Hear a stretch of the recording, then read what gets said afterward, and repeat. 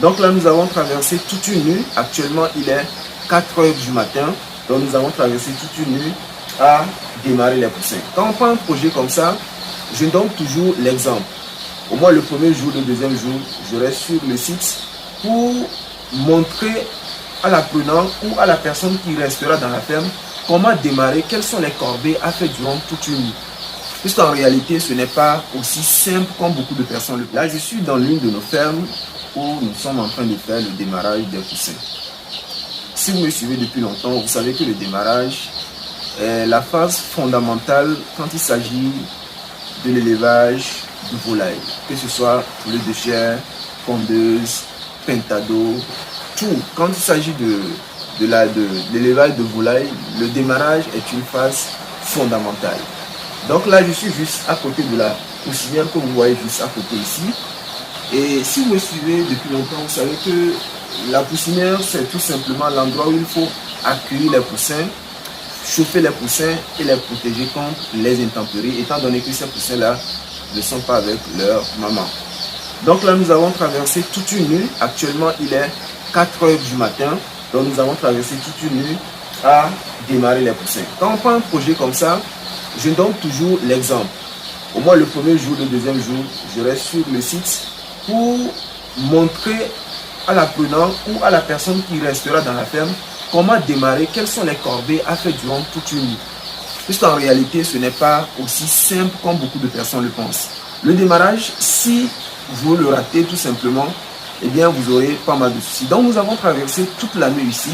Et donc la nuit, il faut faire les corvées, rentrer, voir si la répartition des poussins est homogène dans la poussinière. Et sans vous mentir, c'est très compliqué. Puisque là où nous sommes ici, c'est une zone dans laquelle il fait tellement froid.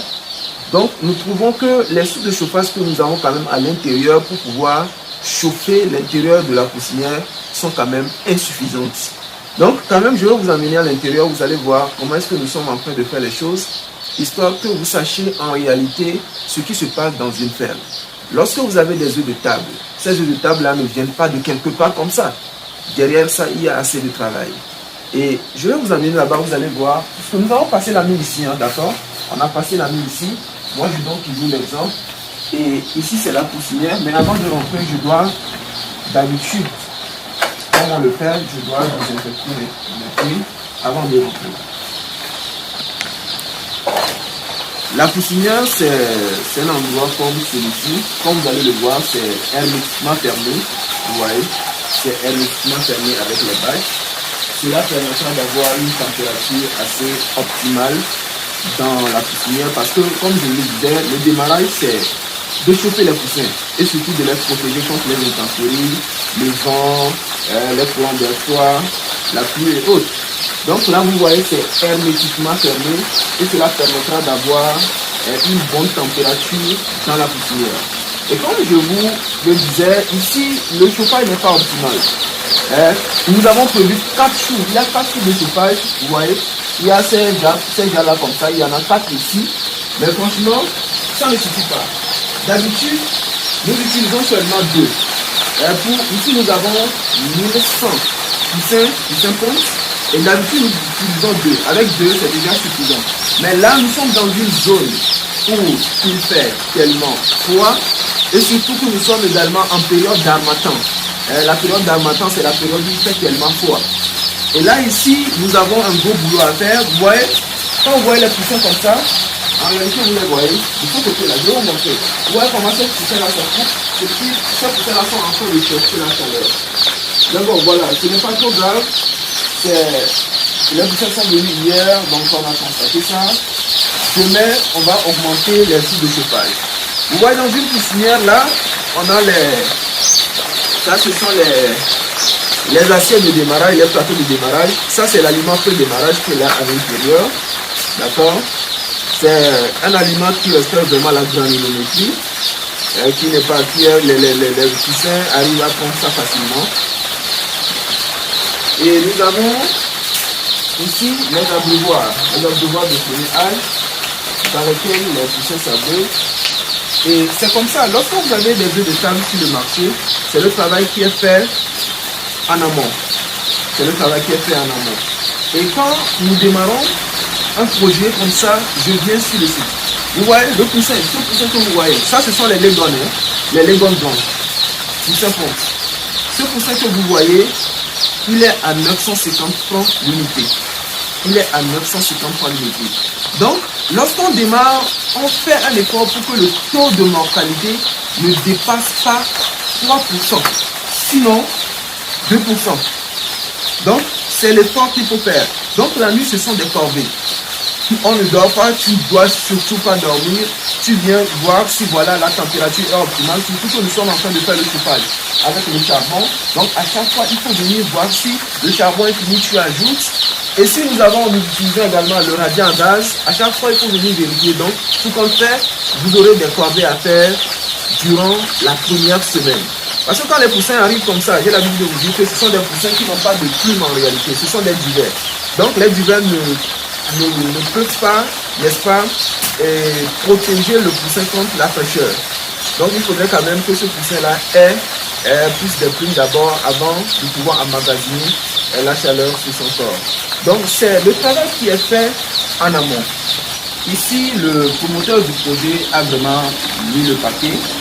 Donc, toutes les conditions sont réunies. Au cours du démarrage comme ça, si les conditions ne sont pas réunies, vous aurez vraiment une mortalité très élevée. Donc là, il y a d'abord les abreuvoirs. Les abreuvoirs sont en quantité suffisante. Les mangeoires sont en quantité suffisante. Vous voyez même quand vous voyez la lumière. Regardez cette lumière-là. Vous voyez ça éclaire correctement. Parce que lors du démarrage, il faudrait que les poussins arrivent à voir clairement les mangeoires et les abreuvoirs. Donc vous voyez avec cette lumière-là, qui sont très fortes, les poussins ne vont même pas souffrir. Mais là, ici, le problème que nous avons, c'est le chauffage. On a qu'à sous le chauffage, mais nous allons augmenter l'hiver. Vous voyez? Donc, c'est un peu ça. Normalement, dans la poussinière, dès les premiers jours comme ça, 2, 3 jours, quand vous rentrez en réalité, durant les 5 premières minutes, vous allez dégager forcément de la chaleur. Ça veut dire que vous allez fuir en réalité. Donc, c'est ça. C'est ça. Donc, vous voyez comment le fermier est en train de faire. Donc, c'est ça en fait. Vous devez veiller pour pousser. Vous n'allez pas dormir. Si vous êtes promoteur d'un projet, vous devez aussi donner l'exemple. Si par exemple le gars qui est dans la ferme ne maîtrise rien du tout, vous allez voir que lui, il se dit que voilà, on m'a dit de chauffer et je chauffe. Mais il ne saura pas que voilà, le chauffage n'est pas optimal. Donc d'ailleurs, c'est pourquoi il est important que les personnes qui travaillent dans votre ferme soient des personnes qui maîtrisent le travail ou qui sont tout simplement formées. Donc, un poussin ici coûte 950. Si voilà, il y a une forte mortalité, vous voyez que ce n'est pas bien. D'accord? Le poussin coûte 950. Donc, ça là comme ça, on a plus de 1100 ici. Donc, il faut, les amis, faire très attention quand vous lancez vos projets. Vous savez, avec les œufs, il n'y a pas de crunch. Il n'y a pas de crunch. Si vous produisez, vous trouvez toujours à qui les vendre. On n'importe pas les œufs, mais la viande, on importe la viande. Donc, ce qui veut dire que quand vous allez produire vos œufs, d'accord, vous trouverez à qui les vendre. Et en période de Covid, en 2020, on avait importé les œufs depuis le Ghana voisin. Vous voyez, je l'avais même d'ailleurs vu dans une de leurs vidéos. Donc, il y a de la place pour tout le monde. Ici, ce sont les poussins Legon qui ont une production très élevée. Ce sont des races commerciales. La production est très élevée. Et vous pouvez faire ça également avec les races locales. Mais jusque la production ne serait pas élevée. Ça ne serait pas élevé. Donc, si vous voulez faire la production à grande échelle, à titre commercial, il est important d'utiliser ces races qui ont une production élevée. Donc, voilà un peu la réalité sur le terrain. La réalité sur le terrain. Donc, il est important de maîtriser les techniques de production. Il ne suffit pas seulement de se lancer et de dire que voilà, je veux me lancer. Il faudrait que les conditions soient réunies. Ici, on ne souffre de rien. D'accord? La poussinière est très bien faite. Tout est bon, la lumière, les abreuvoirs, les équipements, tout est en quantité suffisante. Maintenant, c'est le chauffage qu'il faut encore renforcer. Donc voilà, nous avons passé toute une nuit dans une ferme et c'est comme ça que je travaille, les amis. Alors, voilà le petit message que je voudrais vous transmettre dans cette vidéo, comme d'habitude. Alors, si vous avez des questions, vous pouvez les laisser dans les commentaires. Si Vous n'êtes pas encore abonné à la chaîne, abonnez-vous et activez les notifications. Là, vous serez averti. Attention, ici, là, je ne parle pas des techniques de production. Non, je ne parle pas de ça. Je parle de l'agriculture, de l'élevage dans sa globalité. D'accord? Comment se lancer? Bon, bref. Si vous n'êtes pas encore abonné, vous vous abonnez et puis on se donne rendez-vous dans une prochaine vidéo. Ciao.